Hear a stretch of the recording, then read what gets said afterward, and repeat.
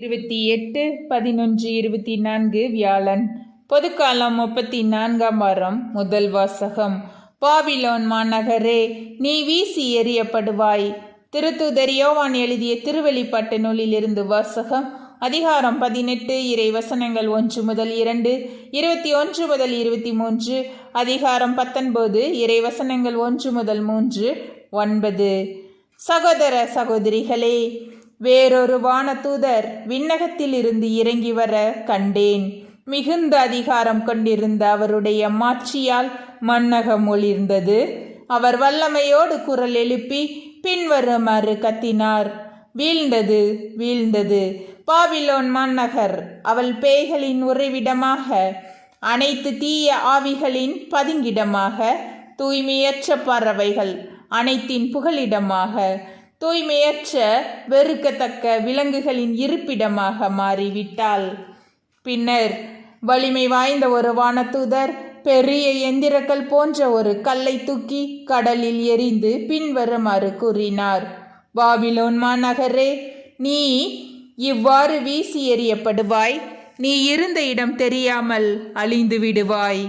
யாழை மீட்டுவோர், பாடகர், குழல் ஊதுவோர், எக்காலம் முழங்குவோர் ஆகியோர் எழுப்பும் இசை இனி உன் நடுவே எழவே இயலாது.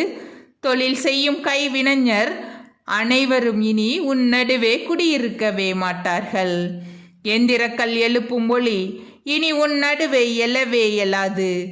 விளக்கின் ஒளி இனி உன் அகத்தே ஒளிரவே ஒளிராது.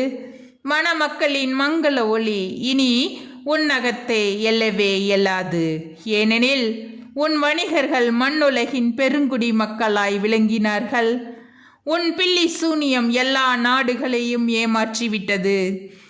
இதன் பின் பெருந்திரளான மக்களின் கூச்சல் போன்ற ஒளி விண்ணகத்தில் எழக் கேட்டேன். அது பின்வருமாறு முழங்கியது: அல்லேலூயா! மீட்பும் மாட்சியும் வல்லமையும் நம் கடவுளுக்கே உரியன. ஏனெனில் அவருடைய தீர்ப்புகள் உண்மையுள்ளவை, நீதியானவை. தன் பரத்தமையால் மண்ணுலகை அழிவுக்குட்படுத்திய பேர் போன அந்த விலைமகளுக்கு அவர் தீர்ப்பு வழங்கினார். தம் பணியாளர்களை கொன்றதற்காக அவளை பழிவாங்கினார். மீண்டும் அந்த மக்கள் அல்லேலூயா, அந்த நகர் நடுவிலிருந்து புகை என்றென்றும் மேலே எழுந்த வண்ணம் உள்ளது என்றார்கள். அந்த வானதூதர் என்னிடம், ஆட்டுக்குட்டியின் திருமண விருந்துக்கு அழைக்க பெற்றோர், பேறு பெற்றோர் என எழுது என்று கூறினார். ஆண்டவரின் அருள் வாக்கு. இறைவா, உமக்கு நன்றி.